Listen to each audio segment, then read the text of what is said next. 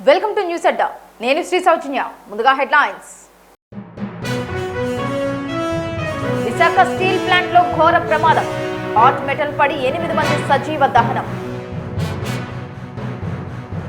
విశాఖ ఆసుపత్రిలో బాధితులను పరామర్శించిన లోకేష్. వామపక్షాల హంగామా.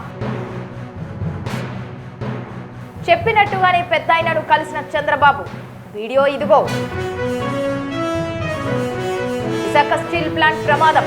2 లక్షల రూపాయల ఎక్స్గ్రేషియా ప్రకటించిన ప్రధాని మోదీ. ఏపీలో విచిత్ర వాతావరణం. ఓవైపు ఎండలు, మరోవైపు వర్షాలు. తిరుమలలో తగ్గని రద్దీ, పోటెత్తుతున్న భక్తులు. ఇక వివరాల్లోకి వెళ్తే, విశాఖపట్నం స్టీల్ ప్లాంట్లో సోమవారం ఘోర అగ్ని ప్రమాదం సంభవించింది. ఈ దుర్ఘటనలో 8 మంది కార్మికులు సజీవ దహనం కాగా మరికొందరు తీవ్రంగా గాయపడ్డారు. స్టీల్ మెల్టింగ్ స్టేషన్ 2 విభాగంలో ఈ విషాదం ఘటన చోటు చేసుకుంది. స్టీల్ మెల్టింగ్ స్టేషన్ 2లో కన్వేయర్ ద్వారా హాట్ మెటల్ ఉన్న లాడెల్స్ ను తరలిస్తుండగా అవి ఒక్కసారిగా కుప్పకూలాయి. దీంతో అత్యధిక ఉష్ణోగ్రత వద్ద ఉన్న ఉక్కు ద్రవం కింద పనిచేస్తున్న కార్మికులపై పడింది. ప్రమాదంలో 8 మంది కార్మికులు అక్కడికక్కడే మృతి చెందగా సమీపంలో ఉన్న మరికొందరు తీవ్రంగా గాయపడ్డారు. ప్రమాద సమాచారం అందిన వెంటనే అగ్నిమాపక సిబ్బంది, ప్లాంట్ అధికారులు హుటాహుటిన ఘటనా స్థలానికి చేరుకున్నారు. గాయపడిన వారిని వెంటనే సమీపంలోని ఆసుపత్రికి తరలించి అత్యవసర చికిత్స అందిస్తున్నారు. క్షతగాత్రుల్లో పలువురి పరిస్థితి విషమంగా ఉండటంతో మృతుల సంఖ్య మరింత పెరిగే అవకాశం ఉందని అధికారులు ఆందోళన వ్యక్తం చేస్తున్నారు. ప్రస్తుతం అగ్నిమాపక సిబ్బంది మంటలను అదుపులోకి తెచ్చేందుకు శ్రమిస్తున్నారు. ఈ ఊహించని దుర్ఘటనతో స్టీల్ ప్లాంట్లో విషాద ఛాయలు అలుముకున్నాయి. ప్రమాదానికి గల ప్రాథమిక కారణాలపై అధికారులు విచారణ చేపట్టారు.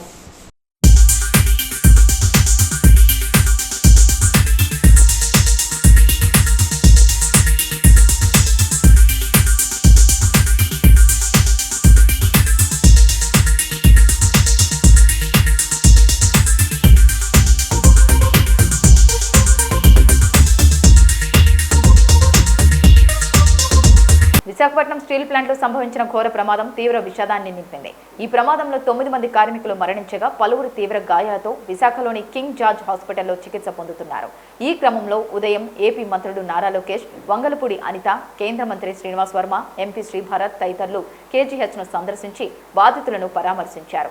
మంత్రి లోకేష్ మృతుల కుటుంబాలను ఓదార్చి గాయపడిన వారికి అందుతున్న వైద్య సేవలను, డాక్టర్లను అడిగి తెలుసుకున్నారు. బాధితులకు ప్రభుత్వం అన్ని విధాలా అండగా ఉంటుందని హామీ ఇచ్చారు. అయితే మంత్రుల పర్యటన సందర్భంగా కేజీహెచ్ వద్ద తీవ్ర ఉద్రిక్తత నెలకొంది.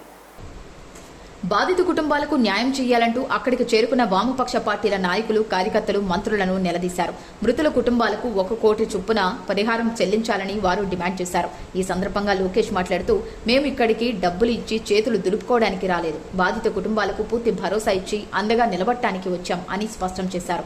మరోవైపు మృతదేహాల గుర్తింపు కష్టంగా మారడంతో DNA పరీక్షల తర్వాతే అప్పగించనున్నట్లు అధికారులు తెలిపారు. ఈ ప్రమాదంలో భద్రతా లోపాలు, బాధ్యులు ఎవరనే అంశాలపై విచారణ జరిపేందుకు కేంద్ర ప్రభుత్వం ఇప్పటికే ఒక ఉన్నత స్థాయి కమిటీని వేసింది.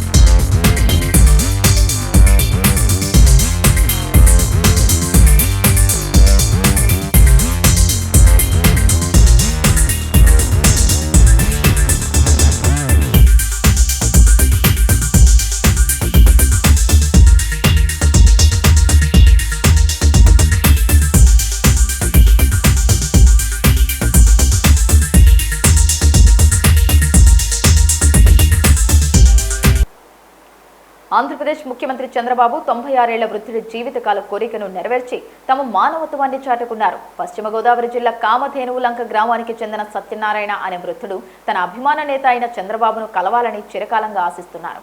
సోషల్ మీడియా వేదికగా ఈ విషయం తెలుసుకున్న ముఖ్యమంత్రి సోమవారం తన జిల్లా పర్యటనలో భాగంగా ఆయన్ను ప్రత్యేకంగా కలుసుకున్నారు. ఈ సమావేశం అత్యంత భావోద్వేగభరితంగా సాగింది. సత్యనారాయణను చంద్రబాబు ఆప్యాయంగా ఆలింగనం చేసుకుని ఆయన యోగక్షేమాలను అడిగి తెలుసుకున్నారు. ఆయన 100 ఏళ్లు నిండు ఆరోగ్యంతో జీవించాలని మనస్ఫూర్తిగా ఆకాంక్షించారు. ఈ సందర్భంగా ఇరువురు కాసేపు ఆత్మీయంగా ముచ్చటించున్నారు. ముఖ్యమంత్రిని కలిసిన ఆనందంలో సత్యనారాయణ స్పందిస్తూ ఇక 2 రోజుల భోజనం చేయకపోయినా పర్వాలేదు, నా మనసు నిండిపోయింది అని ఆనందం వ్యక్తం చేశారు. నాయకుడికి అభిమానానికి మధ్య ఉన్న అనుబంధాన్ని చూసి నెటిజన్లు ప్రశంసలు కురిపిస్తున్నారు. ఆచంట నియోజకవర్గంలోని సిద్ధాంత గ్రామంలో నిర్వహించిన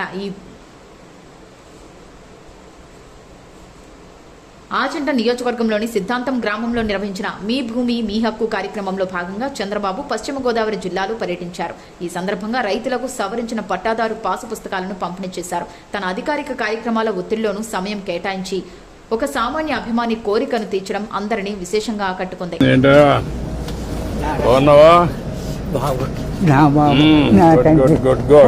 నా బాబు శ్రీపుత్రులు మీరు ఎన్టీ వారు, నారా చంద్రబాబు నాయుడు గారు, పవన్ కళ్యాణి, ముగ్గురు త్రిపుత్రులు, విష్ణుయేశ్వర బ్రహ్మమహేశ్వరులు. నేను ఏడుకుంటున్నాను. కూర్చోండి కూర్చోండి. ఏంటి విశేషాలు చెప్పండి. బాబు ఎన్నాళ్ళకే కాపాడ్డారు నా కొడుకి. ఎన్నాళ్ళు మట్టించు ఆశపడుతున్నారా మన ఈ బాబుని అట్టిని. ఈడే తీసి 2 కోట్ల మన పాకడికి వచ్చేస్తాడు. చిన్న పాకేసుకున్నానండి. రాన్పల్లెకి మనకనే మగిలి ఉంటుందండి. వచ్చి పొద్దున్నే సందాలు వచ్చేస్తాడండి. నేను ఆయనతో ఏదో ఉంటానండి. కబుర్లు చెప్తా ఉంటాడా? చెప్తాడండి. చెప్పండి ఈడే చెప్తాడండి. సాయం చెప్తా ఉంటాడు. సైకిల్ తొక్కుతా. ఎంత వయసు ఎంత? 96 అండి. 96 దాకండి.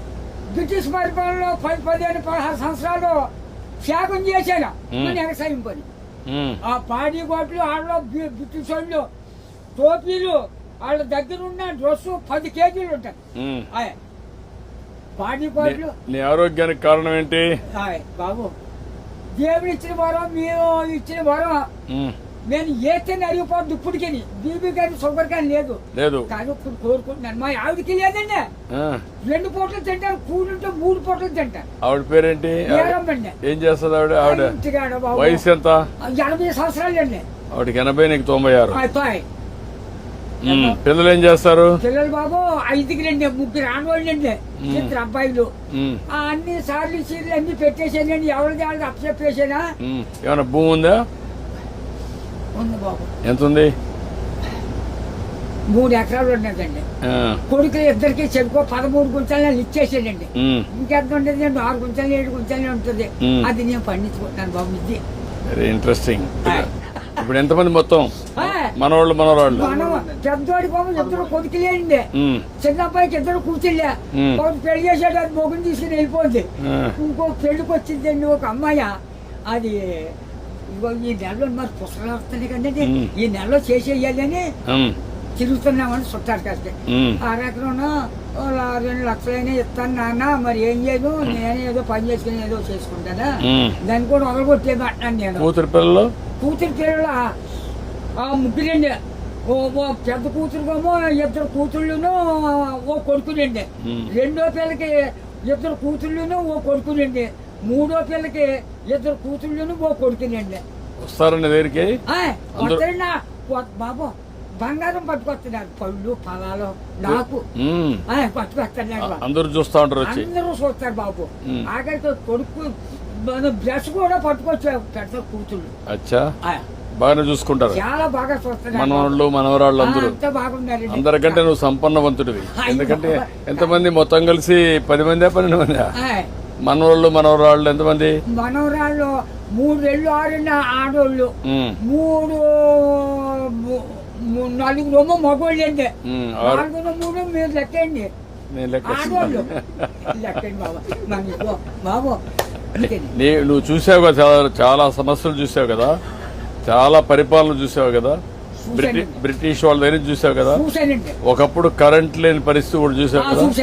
ఇప్పుడు ఇంటి మీదనే కరెంట్ తయారు చేస్తున్నారు కదా, చేస్తున్నారు మీ ఊర్లో ఇంటి మీద. మీరు ఎంతమంది అన్నదమ్ముళ్ళు? 7 అన్నదమ్ములు. మేము 4 తోబుట్లండి. 11 మంది మీరు. మా బుల్బాబు మా బాబును చెరుకు ఎకరం పంచుకున్నారండి. పంచుకుంటే ఏరిట్టేశారు.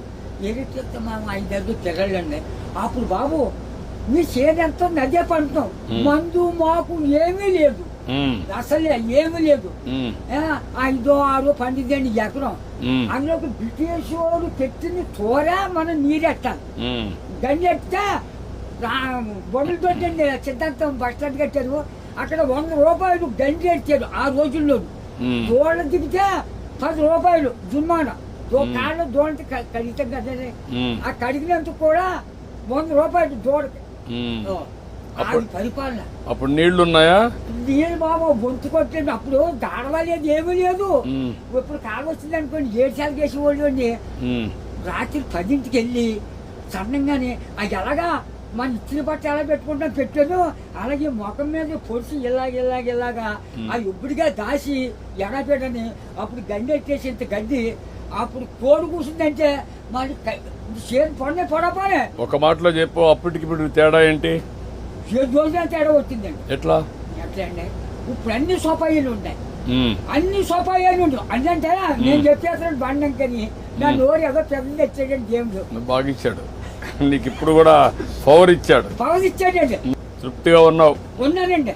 ఆనందంగా నాకు ఏదో బీబంటారు చూపడంటారు, మా కుటుంబానికి ఏమీ లేదండి. భగవంతుడు బాగా ఆశీర్వదించాడు. అన్నదమ్ములు 7 కుటుంబాలకు లెక్కైతే 300 జనం వచ్చారండి. మా తండ్రి రక్తం 300 మంది అయ్యారు. ఇప్పుడు జనాభా తగ్గిపోతున్నారే. ఇప్పుడు చదువుకున్న వాళ్ళు పిల్లలు కనడం లేదు. అయిపోతుంది. మా వాళ్ళు 10 మంది చట్టు మీద పడైతే చట్టు పెట్టి పెరిగిపోరు. అప్పుడు దెబ్బ రోగమా దాటలా ఎవరు లేరు. పుట్టోడు పడితే పెరిగిపోయేవారు. ఇప్పుడు చెప్పు నాకు, నీకేం కావాలి? బాబు నా పెద్ద కొడుకు పని చాలా దారుణంగా ఉంది. ఏం చేద్దాం అంటావు? హాస్పిటల్ అండి విజయవాడ. బ్లడ్ ఆగిపోయి బ్లాక్ అయిపోయింది మొత్తం.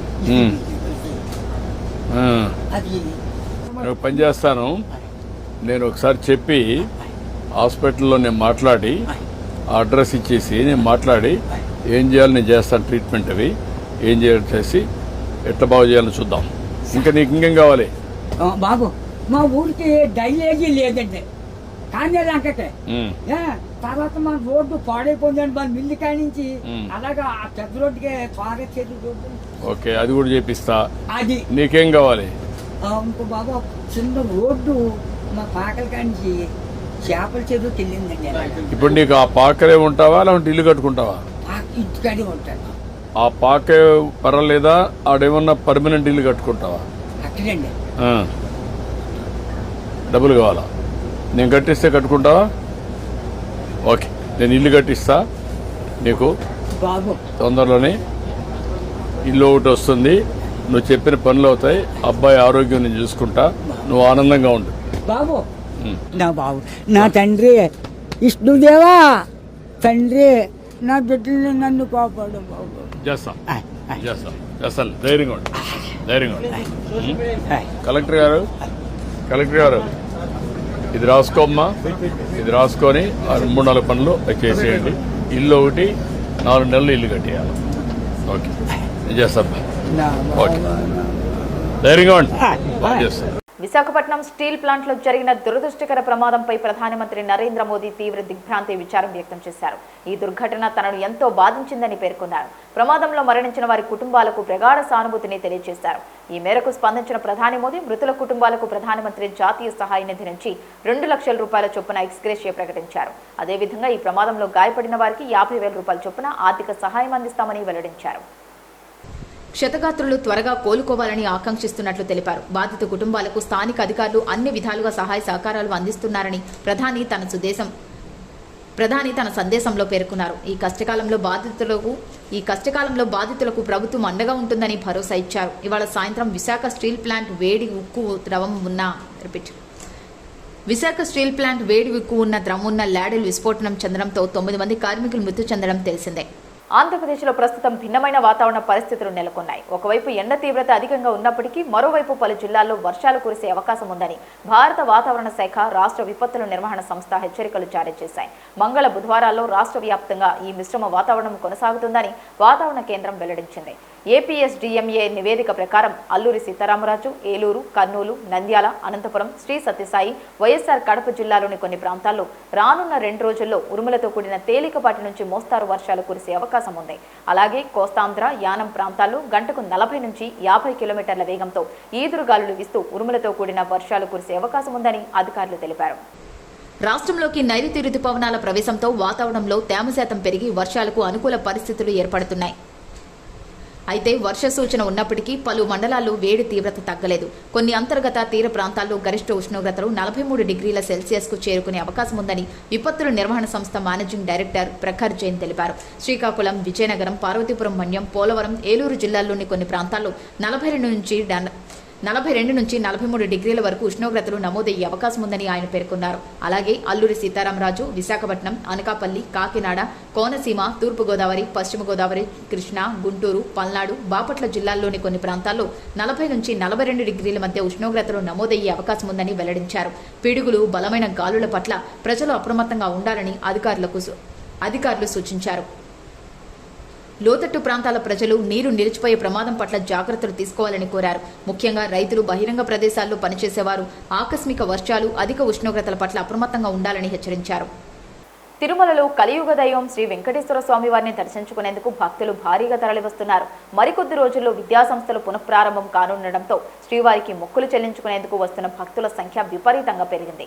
ఈ ఉదయం 7 గంటల సమయానికి వైకుంఠం క్యూ కాంప్లెక్స్లోని అన్ని కంపార్ట్మెంట్లు నిండిపోయి భక్తుల శిలాతోరణం వరకు క్యూ లైన్లలో వేచి ఉన్నారు.